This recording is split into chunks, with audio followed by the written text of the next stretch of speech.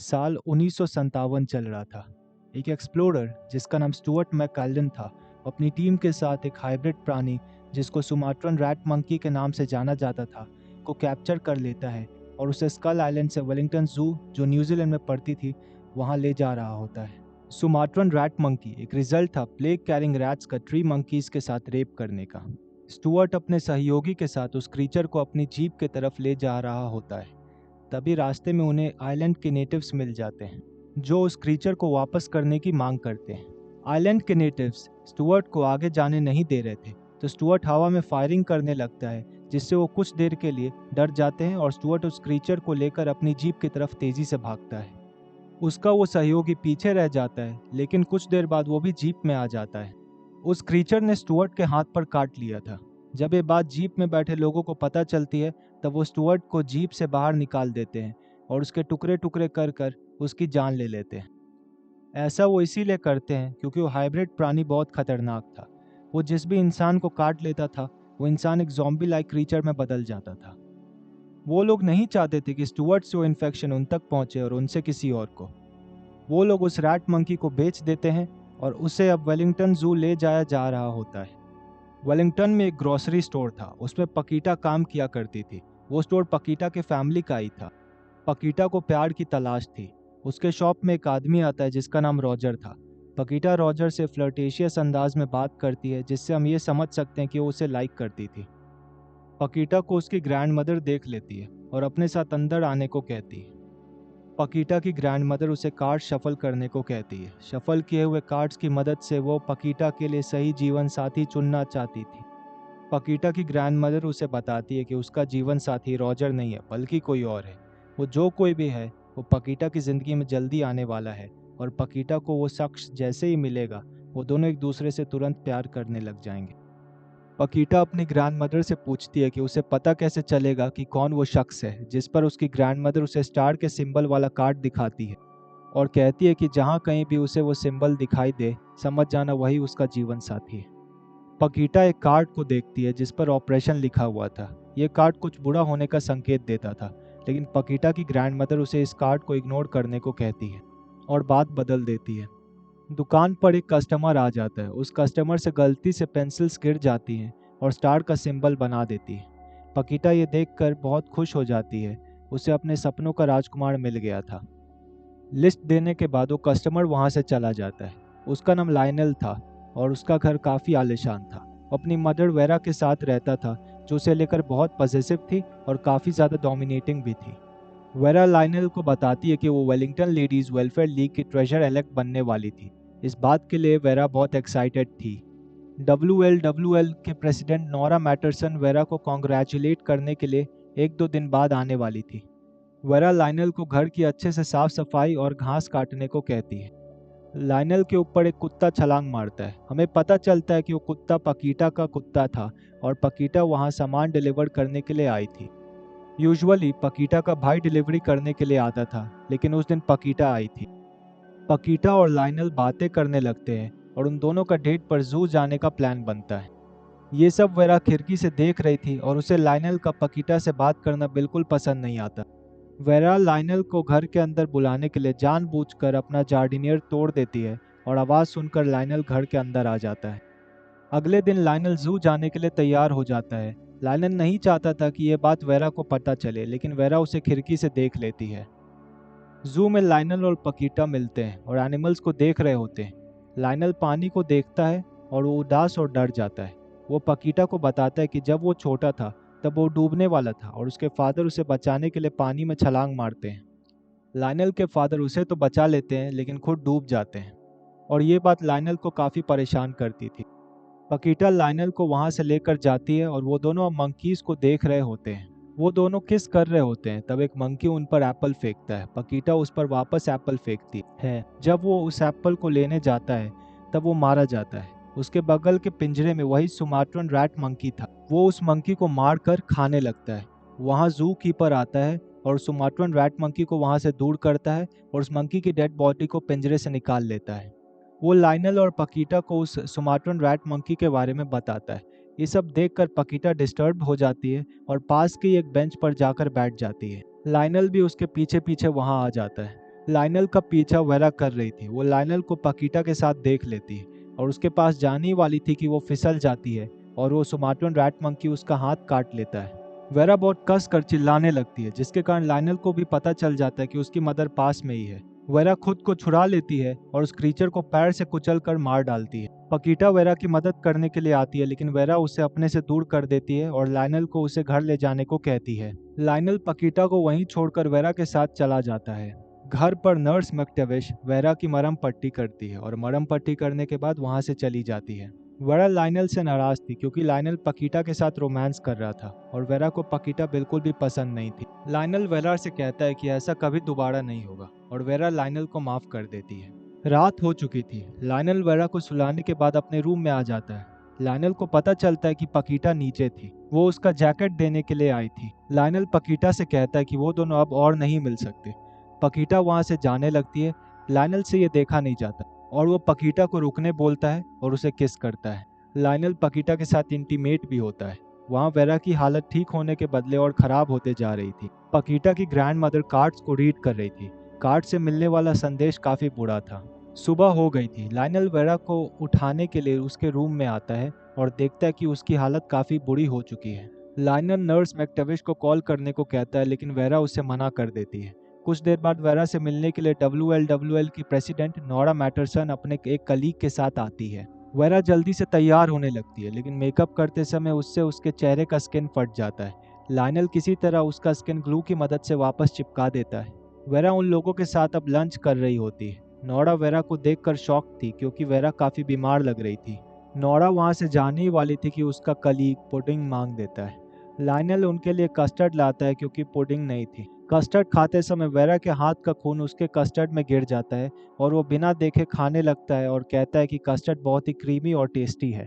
कुछ देर बाद वेरा का कान उसके शरीर से अलग होकर कस्टर्ड में गिर जाता है और वेरा अपना ही कान खाने लगती है। ये सब नोरा देख लेती है और बहुत डर जाती है और वहां से नोरा और उसका कलीग चले जाते हैं। लायनल वेरा के पास वापस आता है और उससे उसका ख्याल रखने का वादा करता है। लायनल घर साफ कर रहा होता है और वहां पर पकीटा आती है। वो लायनल को अपनी ग्रैंडमदर की बात बताती है कि बुरी शक्तियां उसके खिलाफ एकजुट हो रही है और इससे लायनल को बहुत खतरा है। लायनल को देखकर ऐसा लग रहा था कि उसे इन बातों पर कोई विश्वास नहीं था। पकीटा के साथ उसका कुत्ता भी था जो ऊपर चला जाता है। पकीटा को अपने कुत्ते की आवाज आती है। वो ऊपर जाती है और देखती है कि वेरा ने उसके कुत्ते को खा लिया है। वेरा पकीटा पर भी अटैक करने की कोशिश करती है, लेकिन लायनल उसे बचा लेता है और वेरा के साथ सीढ़ियों से नीचे गिर जाता है। लायनल पकीटा को नर्स मैक्टेविश को बुलाने के लिए कहता है। नर्स लायनल को कहती है कि वेरा को हॉस्पिटल ले जाना होगा।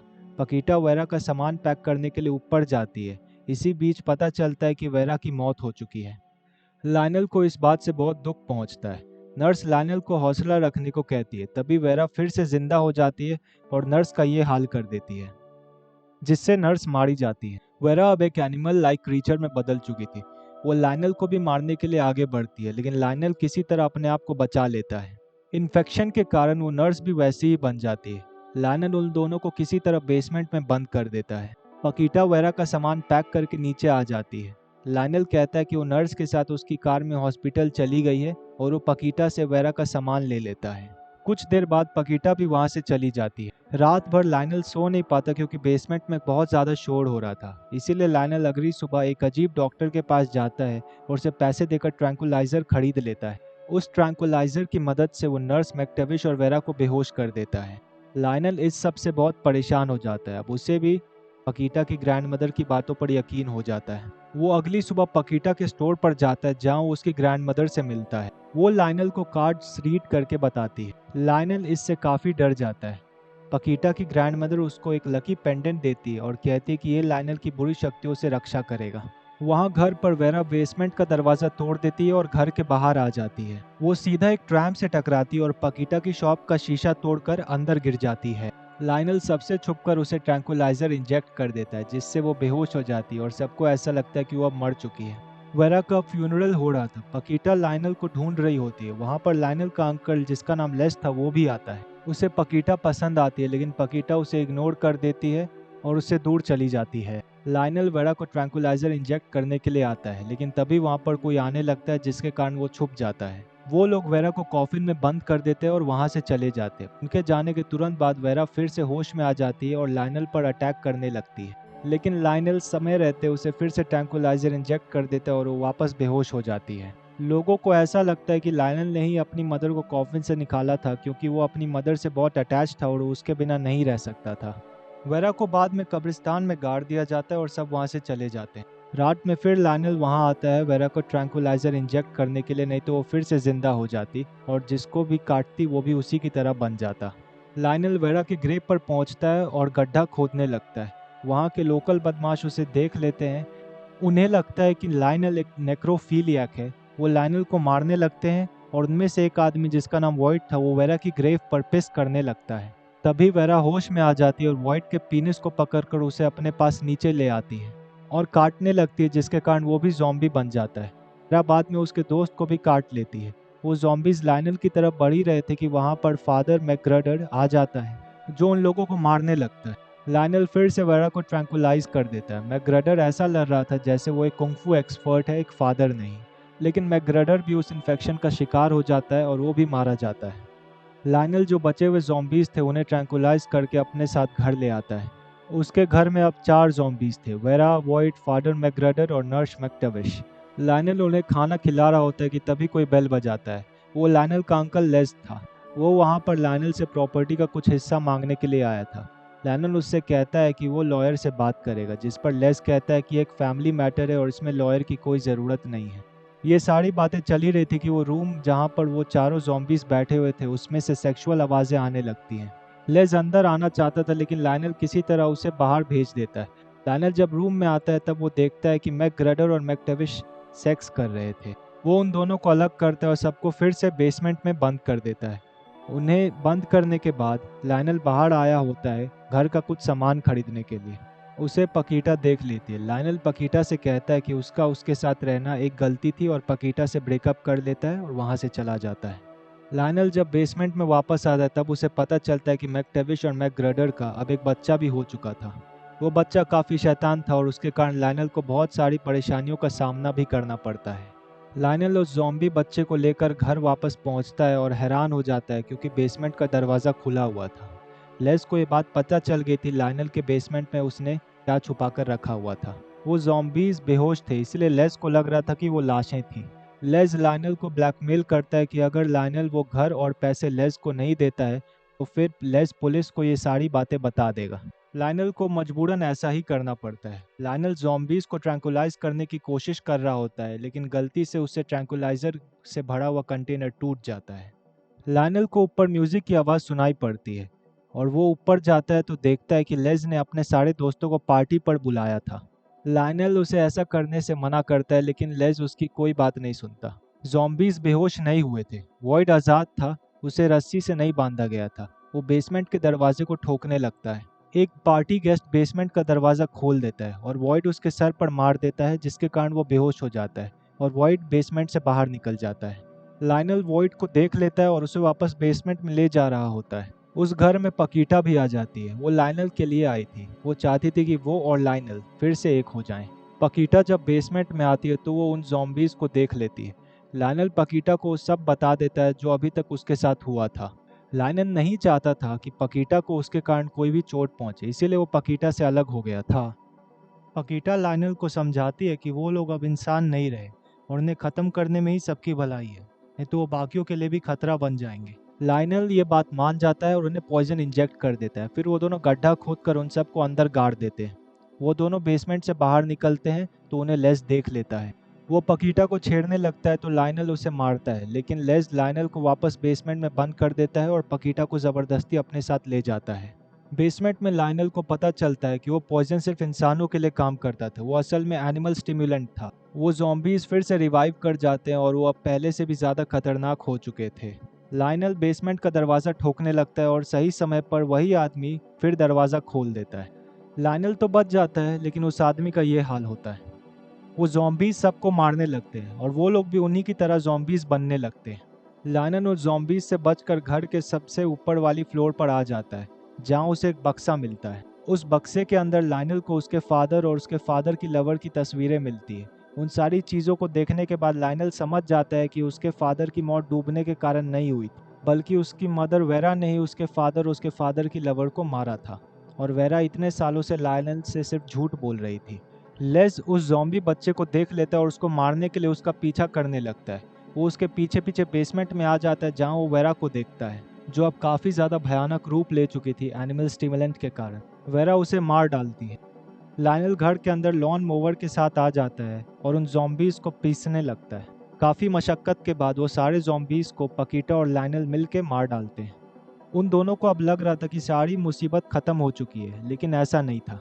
उनके सामने वेरा आ जाती है। वो दोनों उससे बचते बचते घर की छत पर पहुंच जाते हैं। लायनल वेरा को कन्फ्रंट करता है और कहता है कि उसे पता चल गया कि वो इतने सालों से उसे झूठ बोल रही थी। वेरा इससे काफ़ी गुस्सा हो जाती है और लायनल को स्वॉलो कर लेती है। लायनल के पास वो लकी पेंडेंट था जिसकी मदद लेकर वो वेरा का पेट चीर देता है और बाहर निकल जाता है। उस घर में आग लग रही थी। वो पकीटा के साथ वहां से एक रस्सी के सहारे दूर चला जाता है और वेरा उस घर के अंदर गिर जाती है और मारी जाती है। फायर ब्रिगेड आ जाती है और आग बुझाने का काम शुरू कर देती है। पकीटा और लायनल अब सेफ थे। लायनल पकीटा की ग्रैंडमदर का दिया वो लकी पेंडेंट फेंक देता है क्योंकि अब उसे उसकी ज़रूरत नहीं थी। वो दोनों किस करते हैं और वहाँ से चले जाते हैं और इसी के साथ ये मूवी ख़त्म हो जाती है। Thanks a lot for watching.